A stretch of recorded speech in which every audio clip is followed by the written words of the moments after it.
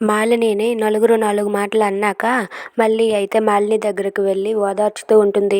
"అక్క నిన్నలా అంటుంటే నాకు చాలా బాధగా ఉందక్క" అని చెప్పి మళ్ళీ అయితే మాలినితో మాట్లాడుతూ ఏడుస్తూ ఉంటుంది. అది విని మాలిని ఇలా అంటూ ఉంటుంది.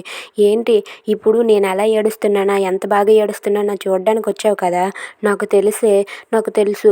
అయినా నువ్వు నీ భర్తతో ఉన్నావు. నా భర్తలాగా నీ భర్త గౌతమ్ కూడా చనిపోతే అప్పుడు తెలుస్తుంది నా బాధ ఏంటో నీకు" అని చెప్పి మాలిని అయితే మల్లితో అంటుంది. అది విన్న మల్లి అయితే ఒక్కసారిగా షాక్ అవుతుంది. "ఏంటక్క అలా మాట్లాడుతావు? నీ భర్త చనిపోయాడని నా భర్త చనిపోవాలని కోరుకుంటావా ఏంటక్క? తప్పు కదక్క, అలా మాట్లాడకూడదు" అని చెప్పి అంటూ ఉంటుంది.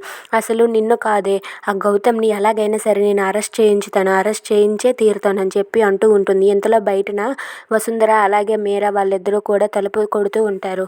"అమ్మ మల్లి, అమ్మ మీరా" అంటూ అమ్మ మాలిని అంటూ వాళ్ళిద్దరూ తలుపు కొడుతూ ఉంటే తలుపులు అంతకీ తీయకపోయేసరికి వసుంధర మీరాతో ఇలా అంటూ ఉంటుంది.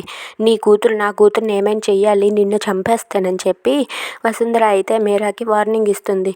ఇక మళ్ళీ అయితే మాలినితో అలా మాట్లాడుతూ ఉంటే, "అసలు నీ మాటలు నేను వినను, నేను గౌతమ్ని అరెస్ట్ చేయించుతానని చెప్పి మల్లిని పక్కకు తోసేసి ఏడ్చుకుంటూ డోర్ని అయితే ఓపెన్ చేస్తుంది.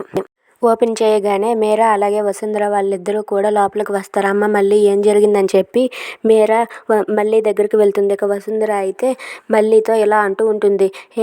దీనంతటికీ కారణం నువ్వేనే, అసలు నిన్ను ఈ భూమి మీద ఉండనివ్వకూడదే" అని చెప్పి మల్లిని కొట్టడానికి చెయ్యెత్తుతుంది. దానికి మీరా అయితే, "అమ్మగారు ఆగండి అమ్మగారు, ఏం చేస్తున్నారు, అసలు ఏం జరిగిందో తెలుసుకోకుండా అలా ఎందుకు కొడతారని చెప్పి అంటూ ఉంటుంది.